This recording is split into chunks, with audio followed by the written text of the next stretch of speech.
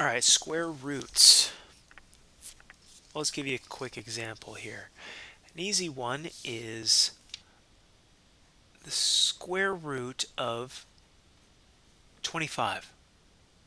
Well, that's easy because with the square root sign, that's what this sign is right here. It kind of looks like division, but it's a little different. It's asking what times itself is 25. That's easy. You know it's 5. But there's more to it. There are actually two answers to this question. Because we know that 5 times 5 is 25. But also, in working with integers, we know that negative 5 times negative 5 is also positive 25.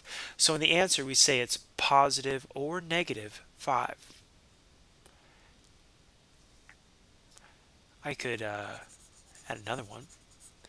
For instance, the square root of 81.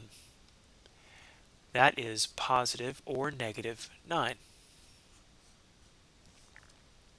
So square roots aren't that bad. Until, it's always like a but or something. In this case, it's an until. You start doing something like this. That's a big square root.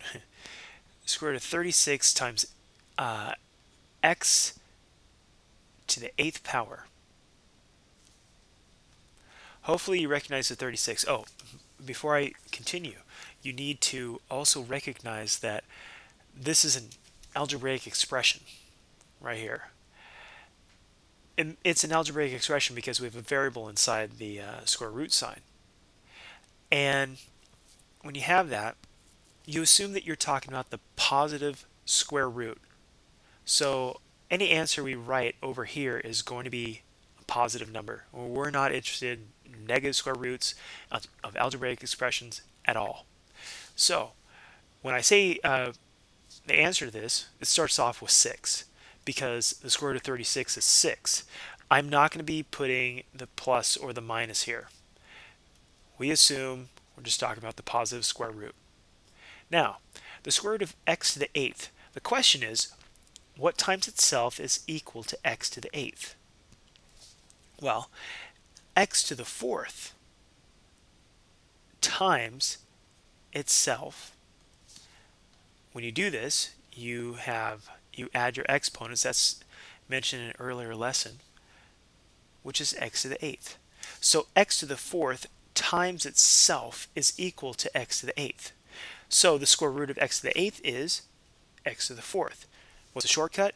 You just take half of the exponent, and that is the square root. That's the square root in your answer. Oh my goodness. Can't do that. Gotta do one more thing. We gotta make sure we're talking about this positive square root. 6 is positive, and that's easy. So we gotta do this with the x. We gotta make sure we're talking about the absolute value, which means anything that comes out of this is positive. That way we're covered. Now we're talking about the positive square root of the algebraic expression 36x to the 8th. Let's try another one. And in this one, we'll have square root of 144 x to the 14th power. How's that for 4s? Square root of 144 is 12. Again, we're talking about that algebraic expression, and so we don't have to write plus or minus here. And then you just take half of 14. Half of 14 is 7.